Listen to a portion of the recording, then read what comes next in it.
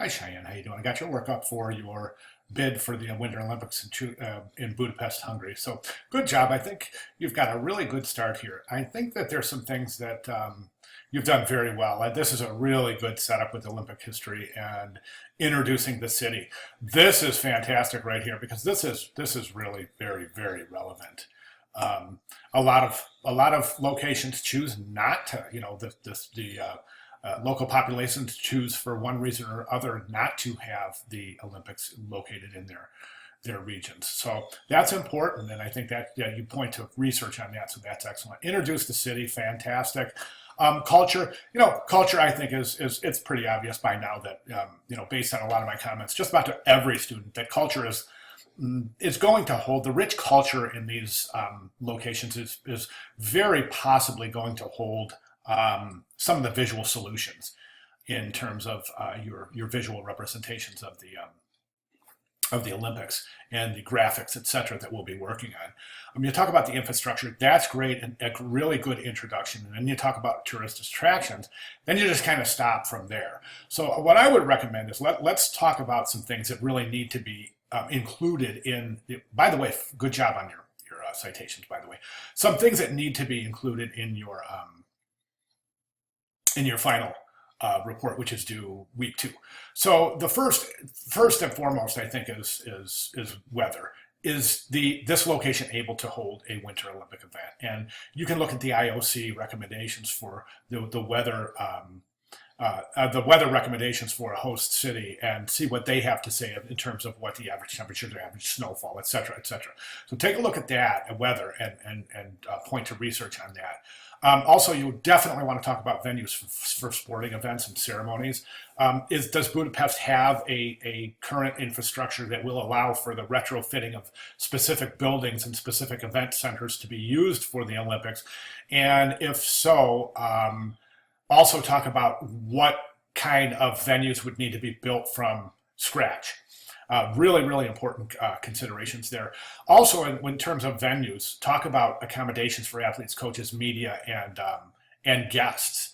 And one of the main things there is the number of hotel rooms available. So try to find out how many hotel rooms the IOC recommends for the Olympics, and then try to find out how many are available in Budapest proper. Then also take a look at surrounding areas, neighboring cities within, let's say maybe a 100-mile radius that also would be able to accommodate some of the population that will be converging on this specific location.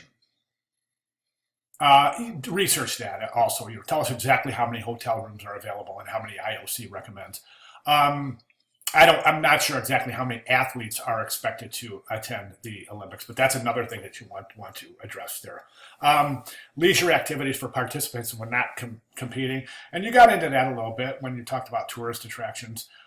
That's pretty important too, because there's a lot of people who will be going out at night, and we see this at every winter and every summer Olympics. There's always just big exposés on television media regarding the local nightlife, the local flavor, as it were, regarding restaurants, theaters, dance clubs, et cetera, et cetera. So, and not to mention museums and things of that nature that people will be visiting.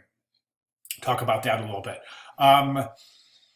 One of the things I think is really important is the political climate. So you could mention if this area is prone to terror, which is really a really sad thing to have to say, but nonetheless, it is the reality in which we live. So try to address that. Also, the political climate regarding any kind of military escalations in neighboring areas or in the immediate areas. So if that could be a concern or not. Point to research on that.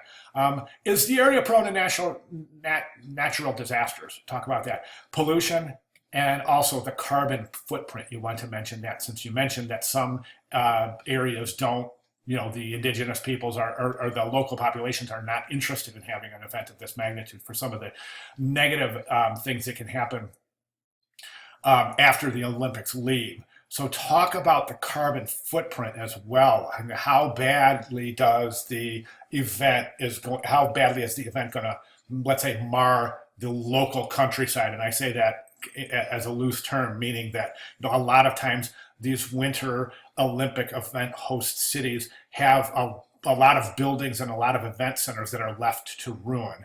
And we've seen that time and time again. So again, that's a important consideration. Finally, talk about the transportation infrastructure, because that's important. So in other words, if you have all these hotel rooms and you have hotel rooms that are in neighboring cities and you have people, how are they getting back and forth? In other words, is the transportation, the public transportation infrastructure something that can accommodate this type of, this magnitude of temporary transportation for this monstrous population that will be converging on this area? And then finally, the last thing is when you talk about restaurants, restaurants, nightlife, theaters, etc. Talk about public safety. I remember, you probably remember too, in Rio, the Rio Games, it was quite a concern because that was somewhat of a dangerous area, and it was really, really a hotbed concern. So talk about public safety and their ability of the local location that you're talking about, the ability to protect this temporary population that will be converging on the city. All right. Good job on your. Okay. So yeah, you have to format these in Chicago style. So if you go to Purdue OWL, let me show you. This is Purdue OWL, and it's a very well respected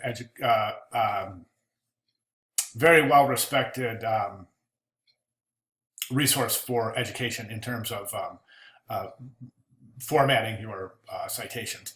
You have APA, MLA, and then Chicago style. So, and we're using Chicago style in RimCAD. So definitely try to get your citations formatted and properly in Chicago style. And just those recommendations, and I think you're well on your way. All right. Any questions? Please let me know. Great job. Thank you.